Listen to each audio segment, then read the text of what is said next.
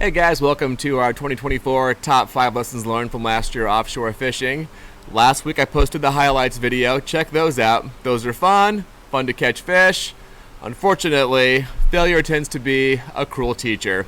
So last year, mistakes were made, and I'm hoping that by sharing these and my lessons learned, I can help you guys avoid some of these mistakes. Lesson learned number 5 is really about your drag plus your trolling speed. So I'm going to show you 2 scenarios that plague guys like me that go out there and drag planers for wahoo.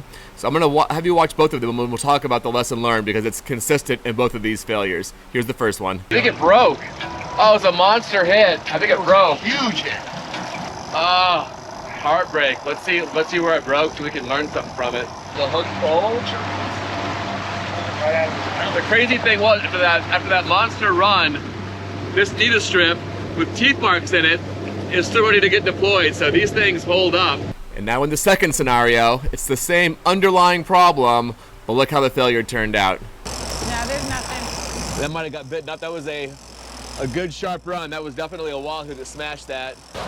So we lost our whole leader. That was definitely a wahoo hit.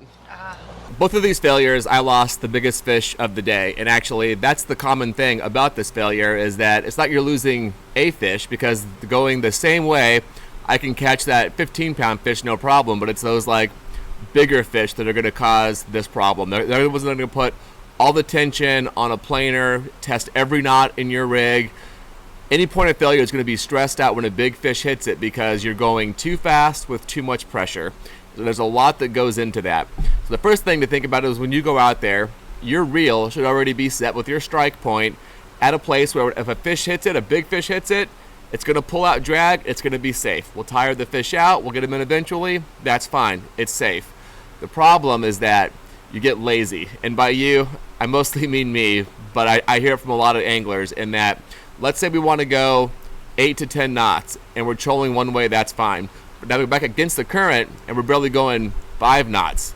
So we bump the speed up a little bit and line starts creeping out and you go back to your rod, your reel, and you just kind of like bump the drag up a little bit. You're in the danger zone. Same thing happens when you go through some seaweed and the seaweed sticks on the planer, creating more tension than the reel was set up for, where your drag point is currently set up for. So you crank the drag up a little bit tighter. And for your average like 10 to 15, 20-pound fish here, that's no problem. But it's when the big one hits. 50 plus pounds, go in the opposite direction, boom, smashes that lure. Drag is pulling out, it's screaming. You look back, you want to run back there and pull the drag back because you know you set it tighter, but it's too late. It's already popped. Either the hook pulls through its mouth or your leader pops off or it breaks right at the hook, but those things fail because we got complacent. So when we say don't be complacent, what does that actually mean? It means that you already have your reel dialed in, it's set up, and when you turn and go against a strong current and you're only going 5 knots before it's pulling drag off, like, that's okay. Be okay going 5 knots. You see my videos last year, we caught a bunch of fish going 3 knots. You're bringing in one fish, you got your spread out there, you're pulling along 2 or 3 knots, you can still catch a bunch of fish that way. You're going to change direction and go faster other directions, it's fine. Don't overdo it, it's not worth it. And when you get seaweed on anything in the spread, get it off. And it's painful on those scattered seaweed days where you gotta like almost bring the boat to a stop where you're barely going a knot or 2 just to like crank in that short planer and get the seaweed off. It's worth it because I want to be clear about this.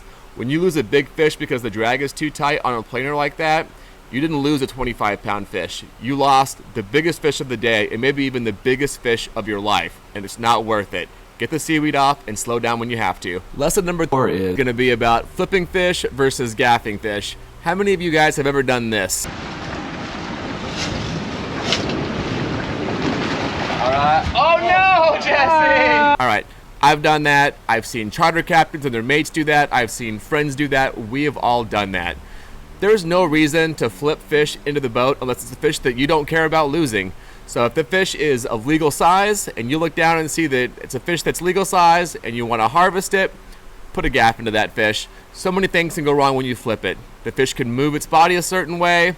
There can be a nick in the leader that you don't know about that pops when you go to pull that weight up with the fish. I've had people while I was pulling it up start reeling while I was holding the line. Like, things can go wrong. I think less wrong, less risk, is to put a gaff in that fish. So the number 3 lesson learned was really about leaning into artificial bonito strips, and I landed on these Nita strips. So for those watching the last 2 years from the beginning, you saw that I put a lot of ballyhoo and then a lot of real bonito strips, and part of the problem is, well, ballyhoo slowed me down and they wash out, and there was no more bites on those than bonito strips. So I was just using real bonito strips for a year and a half maybe. And the problem with real ones is that they wash out, you gotta keep them cold, limited number, blah, blah, blah. So I started trying artificials, and I pulled a bunch of brands. I did videos, one brand against another, and I landed on these. They don't wash out, they're super durable, and they draw more bites. And I think it's due to the tails and the little swim indentions that they have in here. And I have some underwater videos that I've done too. These just work, and they work better for me than real bonito strips. So better than the competitors and better than the real bonito strips. And there's a fun video here of when I first discovered it and then the fish we caught subsequently. Lessons learned, I think the bonito strip thing was cool. We caught more fish on artificials than we did on regular bonito strips. So that's a fun thing to learn. So it might not just be like a backup to have in your bag. It might be like even like a good primary. Yeah. Nice big beefy blackfin. And look at that Nita strip right out the front of it. Artificials today, 5 bites, 4 on artificials, artificial Nita strips, and 1 on a regular bonito strip. Now I use them to catch my biggest blackfin, wahoo, kingfish, mahi. Everything we target out here when we're trolling is in play on these strips. It's a big blackfin, a really big one. Yes, yes, that is a big blackfin. The Nita strip, bonito strip, the artificial, look at this blackfin. Number 2 lesson learned is gonna be data driven. So this is thankfully not a failure. So all my trolling videos, I give you guys a bite breakdown where I show you what lures were in the spread and how many times each lure got bit. And now I have 2 years of data. And the fun thing is that the number 1 for me, and some days that was over 30 bites, is a number 4 planer with a pink and white zoom witch. This is a 1/4 ounce because this is on my long planer, which is about a 30 to 40 second count away from the boat. Pink and white zoom witch, pink squid, pink and white flash witch, and a big straightened out number 12 limerick hook. And this is designed for when those wahoo, even those kingfish bite here mid bait, we still get them, they don't bite off the mono. And I do top it off with the Nita strip.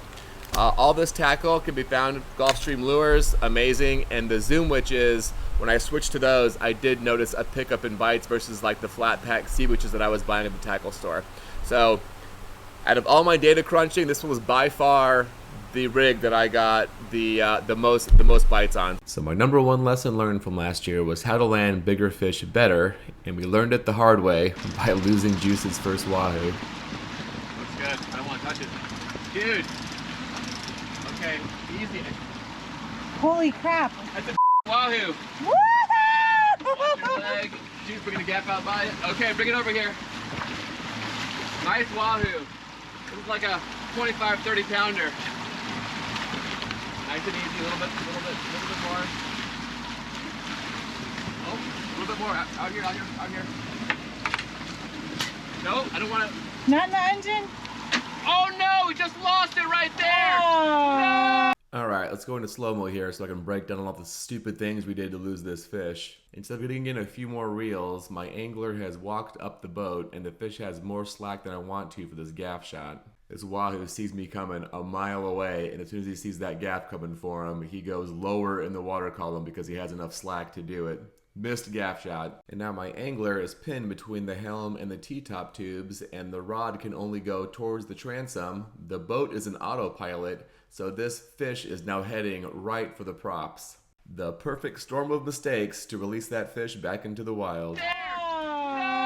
It's so painful for me to watch even now, just seeing that in slow-mo, missing a gaff shot, seeing my angler wedged up there and watching that fish get sucked off the props and that hook just pulling right through. So lesson learned there's a couple of them. The most important one is to not land the fish down by the transom and the props in general. So what you want to do, instead of having the boat and the fish in parallel, is turn the boat towards the fish. And what that does is it gets the fish out away from the transom and away from the props, and you land it back towards the back of the boat, not near the props, so where your gaff guy gets a clean shot at it. So even if you're by yourself, or you have autopilot, or even if you go up to the front and make a small steering adjustment and then run back and gaff that fish, you're better off than trying to pull it straight down the line where those bad things can happen. So thankfully, we did get Juice his first wahoo in his next visit to Florida. So I'll put that video up here for you guys next. And although these lessons can be painful to learn, I hope you guys learn something from them. I try to get better every time with them. And even when things are rough out there, remember to have fun with your friends, family. Enjoy fishing, guys. Tight lines.